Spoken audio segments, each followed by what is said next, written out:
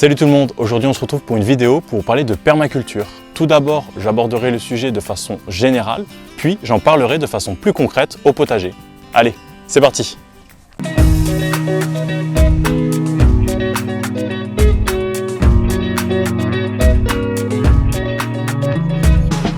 Tout d'abord, il faut savoir que le terme permaculture a été créé dans les années 70 par deux Australiens, Bill Mollison et David Holmgreen. Et il s'agit tout simplement de la contraction de deux mots, permanente agriculture, que l'on pourrait traduire en français par agriculture pérenne. On comprend donc que la façon la plus simple et intuitive d'aborder la permaculture reste le plus souvent la réalisation d'un jardin potager. Alors pour ce qui est de sa définition, il en existe un très grand nombre, mais voici celle que j'ai choisie car je la trouve très juste, concise et très simple de compréhension. Et donc, la permaculture est une démarche de conception éthique visant à créer des systèmes durables, résilients et autonomes en imitant le fonctionnement de la nature. Toutefois, même s'il en existe de nombreuses définitions, il y a une chose qui sert vraiment de référence pour en parler.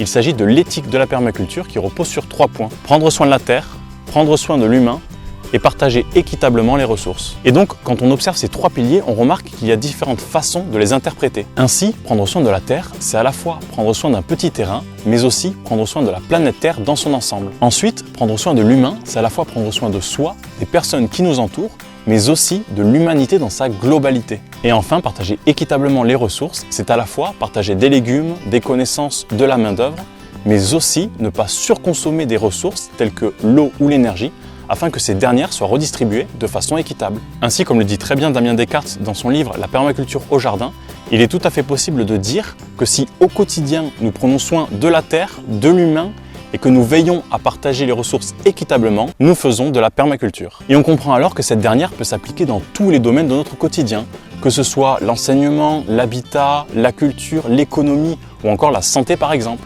Toutefois, nous allons surtout nous intéresser à sa mise en application dans un potager et nous verrons qu'il y a beaucoup de techniques et méthodes qui en découlent. Tout d'abord, en permaculture, lorsque l'on aborde un espace, il y a dans un premier temps ce que l'on appelle le design. Il s'agit en fait d'un temps de réflexion sur la conception, la planification et les aménagements de notre espace. Alors je ne vais pas plus rentrer dans le détail car ce n'est pas forcément le but de cette vidéo, d'autant plus que je ne serai pas forcément apte à vous en parler, étant donné que je ne suis pas formateur en permaculture. Donc si vous souhaitez approfondir le sujet, je vous invite à aller jeter un coup d'œil aux différents liens que j'ai mis dans la description de la vidéo. Et donc, une fois ce temps de réflexion terminé, on va pouvoir démarrer les différents aménagements que l'on souhaite mettre en place dans notre potager. Et bien sûr, dans le respect de l'éthique de la permaculture, il sera alors primordial de penser des espaces pour accueillir et préserver la biodiversité, tels que des mares, des prairies fleuries, ou encore une zone que l'on va laisser sans aucune intervention. Et évidemment, il est possible et même préférable d'intégrer ces espaces au potager, afin que toute cette vie y circule et aide à y maintenir un certain équilibre. Ensuite, un autre aspect très important, c'est le sol. Ainsi, on cherchera systématiquement à avoir un sol vivant, et donc à accueillir et protéger au mieux toute cette vie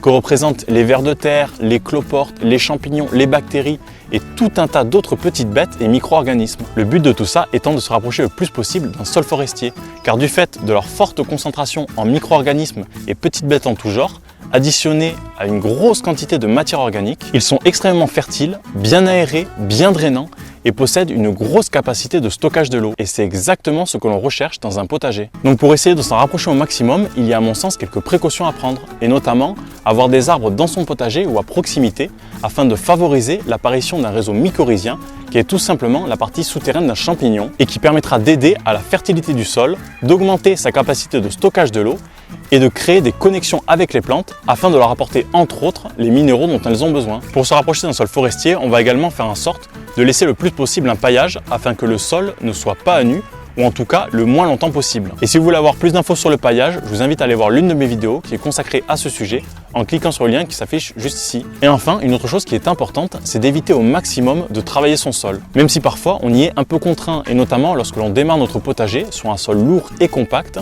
ou bien que l'on a laissé une zone sans entretien et sans paillage suffisant pendant un long moment. Mais il faut savoir qu'à chaque fois que l'on travaille le sol, on risque de casser les réseaux mycorhiziens qui se sont potentiellement créés et on perturbe grandement la vie du sol qui sera alors moins efficace. D'ailleurs, si vous voulez avoir plus d'infos sur l'importance de cette dernière au potager, je vous invite à cliquer sur le lien juste ici. À présent, on va parler des méthodes et techniques qui découlent de cette fameuse permaculture. Ainsi, lorsque l'on observe dans la nature, on se rend vite compte que la monoculture n'existe pas et que même si dans un certain biotope, il y a une espèce de plante dominante, il y aura toujours d'autres espèces qui y seront présentes. Et donc en permaculture, on va chercher à tout prix à aller à l'inverse de la monoculture, qui est très largement pratiquée dans l'agriculture conventionnelle, en faisant ce que l'on appelle des polycultures, c'est-à-dire des associations de plantes. Et là aussi, si vous voulez avoir plus d'infos sur le sujet, je vous invite à aller voir l'une de mes vidéos en cliquant sur le lien juste ici. Ensuite, parmi les méthodes couramment utilisées en permaculture, il y a la fameuse culture sur but. Alors là-dessus, je ne pourrai pas trop vous renseigner étant donné que je ne la pratique pas encore dans mon potager, mais je peux toutefois vous exposer les quelques avantages qu'elle pourrait apporter. Et notamment une plus grande surface de culture et donc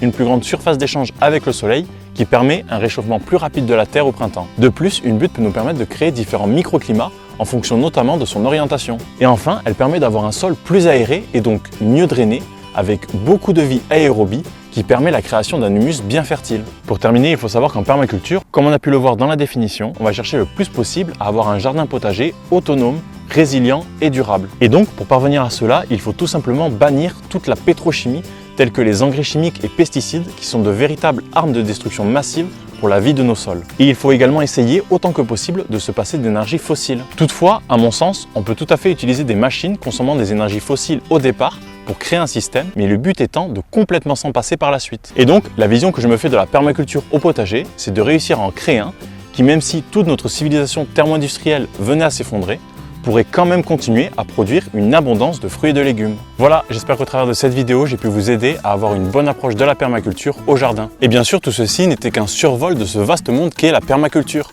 Donc, si vous souhaitez aller plus loin, je vous invite à aller faire vos propres recherches ou bien à aller jeter un coup d'œil aux différents liens que j'ai pu mettre dans la description de la vidéo. Et vous y trouverez notamment le lien vers le livre de Damien Descartes, La permaculture au jardin, qui est un excellent ouvrage dont je me suis beaucoup inspiré pour faire cette vidéo. Avant de terminer, je tenais à vous annoncer quelque chose. Ça fait maintenant plus d'1 an que j'ai créé cette chaîne YouTube et c'est le temps que je m'étais donné pour savoir si ça me plaisait vraiment et si je voulais continuer cette aventure. Et comme vous en doutez, la réponse est oui. Durant cette année, j'ai adoré créer des vidéos et partager avec vous cette grande passion qu'est le jardinage.